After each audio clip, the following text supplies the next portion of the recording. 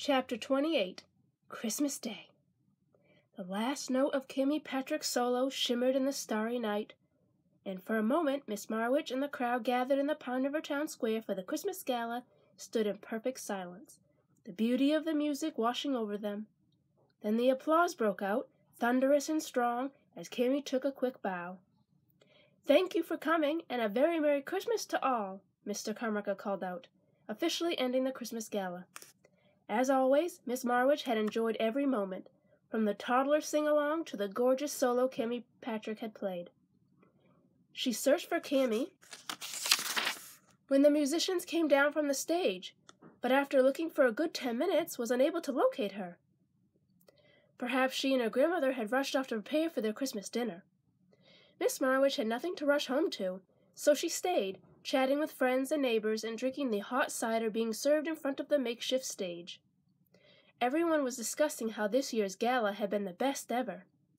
It was a comment Miss Marwich had heard for the past 30 years, and each year it was true. As she walked to get a second cup of cider, she said she was pleasantly surprised to see the Brewsters each holding paper cups of cider, looking shy but happy to be a part of things. She stopped to greet them, then to say hi to Alma Sanchez.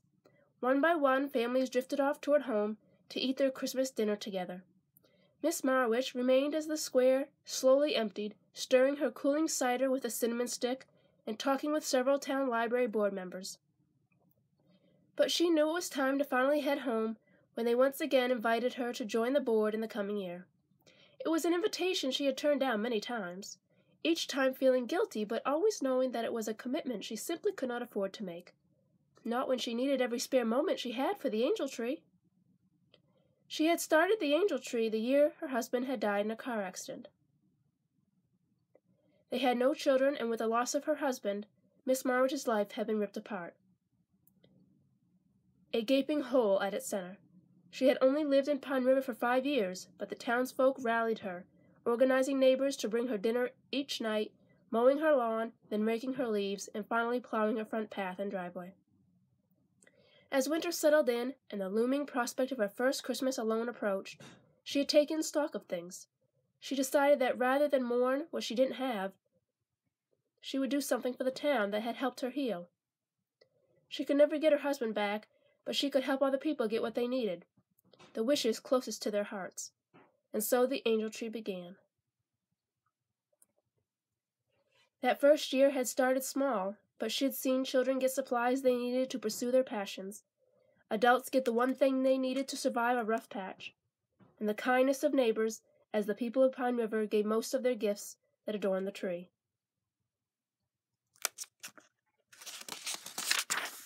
When it was done and Christmas arrived, Miss Marwich had felt the sense of joy she had not believed could be possible after her loss, and so every year she made the arrangements to put up the tree, helped organize the wishes that were complicated, and fulfilled those that were left. Every year it brought her rich contentment to see the people of Pine River who had been there for her come together and support each other. But as she headed home in the frosty night air, sadness tinged the elation she felt for this year's tree. Because now, with her bank account dwindling and her aging body aching from the toll of all the work, Miss Marwich was not sure she could do it another year. She sighed, pushing the thought away. There would be time to consider what could be done next week. Right now, all she wanted was to get home to her quiet little house and climb into bed. Snow began to fall as she turned onto her block, gentle flakes that glowed in the lights and decorations carefully set up in each yard and on each house, except, of course, for her own house at the end of the street. December was always such a whirlwind of activities for the Angel Tree that it left her no time to decorate her home or prepare any kind of Christmas feast. In fact, this year she had not even managed to go grocery shopping in the days leading up to the holiday. She would be eating leftovers if she could muster up the energy to eat them. She was shivering a bit as she passed the Murrays' home. The bushes in their yard were covered with twinkling colored lights that matched the lights strung along the roof of their home. A lit candle glowed in each window, and a carefully woven wreath hung on their door. Miss Marwich took a moment to admire it before walking on to her house, which she knew would be dark. Except that it wasn't. Miss Marwood stopped on the sidewalk and blinked, wondering if her fatigue was causing some kind of visual problem. But as she looked again, the truth was undeniable. Her home was adorned with lights, the bushes in her yard decorated with delicate poinsettia blossoms, and on her door hung a wreath dotted with bright red holly berries. Her windows were lit up, and each had a candle, casting its soft light out into the black night. It was a thing of beauty. Miss Marwood's breath caught in her throat as she drank it in. But then curiosity overtook her. Who had sneaked into her home and created such a delightful surprise? She hurried up the freshly shoveled stone path to her front door to find out.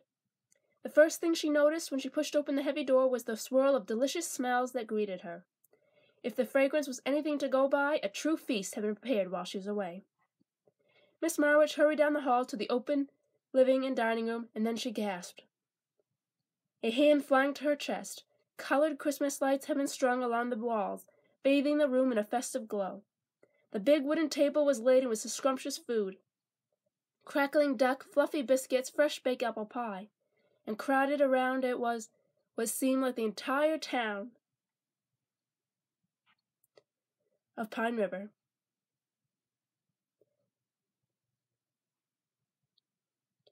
Dozens of people were crammed into the room, with more spilling into the kitchen and onto the back deck. "Surprise!" everyone shouted. She could not believe what she was seeing, yet a warmth was building in her, radiating out as she gazed on the smiling faces around her. Max, Joe, Cammy, and Lucy, arms linked, made their way out of the crowd and gestured to everyone to be quiet. Then they turned to Miss Marwood. "You're giving the angel tree to our town for 25 years. Cammy said, her eyes shining. Max stepped forward. "And made so many of our wishes come true." Joe cleared his throat. "You helped all of us see what Christmas really is. So now it's our turn to bring Christmas to you," Lucy exclaimed, and everyone cheered. Miss Marwood was struck speechless. For 25 years she had kept her secret hidden, yet somehow these four had discovered the truth, and she could not imagine how, not when she had covered her tracks so carefully. Yet as she looked at their faces beaming with pride, she couldn't help but feel grateful, for after 25 years she was ready to be discovered. Pat Jordan, the Pine River mayor, came forward. She smiled warmly at Miss Marwood. "We are so grateful for the generosity of spirit you have shown to our town," the mayor said in her clear voice. "The angel tree has brought hope to the people of Pine River when they needed it the most, and joy to every one of us who has borne witness in the acts of kindness it generated. So now, as token of our gratitude, we have some things for you." The crowd parted, opening up a small path, and it was only then that Miss Marwood saw the towering Christmas tree in the corner of her living room, lit up with lights, blanketed in colorful decorations, and crowned with a shining gold star. Presents were piled beneath it, and next to it stood a small display that was covered with an ivory cloth. Mayor Jordan stopped next to the display and pulled off the cloth with flourish. Underneath was a plaque, and from where she was standing Miss Marwood could make out the words, "The Angel Tree," in elegant letters. "First, a gift from our town," Mayor Jordan said. "The sign will be put in the town square in front of the spot where the angel tree goes up each year. And if I can read it to you," she said, turning to face the sign, then clearing her throat. "The Angel Tree, honoring Rona Burl Marwood, beloved member of the Pine River community." Miss Marwood teared up at the heartfelt simplicity of the words. "The whole town is going to help you with the angel tree next year," the mayor added. "And now let me turn this over to the people gathered here." She smiled at Miss Marwood. "There are an awful lot of folks here who want to give you something." "And where first?" Cammy said, pulling Lucy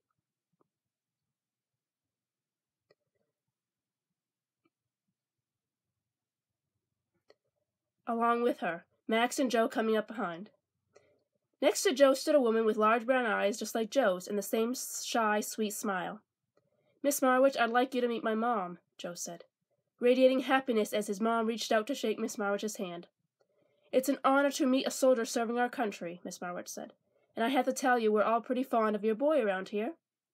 Miss Thompson ruffled Joe's hair affectionately. "Thank you for looking out for him," she said. and for the wonderful gift you've been giving this town for so long. I think a lot of people are waiting to thank you for that. Starting with us, Kimmy said. The four of you figured this out, didn't you? Miss Marwich asked, her eyes filling up again. Ed Pink passed her a handkerchief that she used to dab her eyes.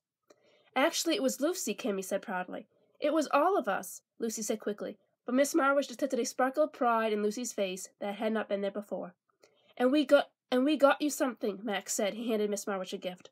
Miss Marwich pulled at the paper and then opened the thick, square box inside. It contained a bound leather book, but on top of that was the bookmark Miss Marwich's grandmother had given her, a family heirloom she had treasured until last month when it had somehow gotten lost. I thought this was gone for good, Miss Marwich said, picking it up in wonder. Wherever did you find it? Valentine sniffed it out at Pine Forest, Lucy said proudly. I'm thrilled to have it back, Miss Marwich said. Then she grinned at the foursome. Pine Forest, eh? You were really doing your homework. I didn't have a chance of keeping my secret, did I? The four of them laughed. Miss Marwich turned her attention to the leather book, pulling it out of the box and opening to the first page. It was a photo album entitled The Angel Tree. Miss Marwich began to turn through the pages slowly. The book was filled with pictures of people together with their gifts from the Angel Tree. There was Olivia wearing a new dress and posing proudly by her new sewing machine. Lana Lvov and her mother were holding up a tray of the cream puffs her mother had been yearning for. And then there was one of the Callahan family and the crew assembled to build their new house, gathered around the building plan created by Lucy's father. Each shot was of something precious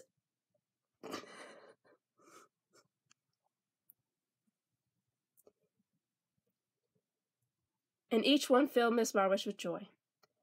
I don't know what to say, the librarian said, finally looking up from the book she would cherish forever. Better keep moving, Ed Pink said in his joyful way. You've got a lot more to open.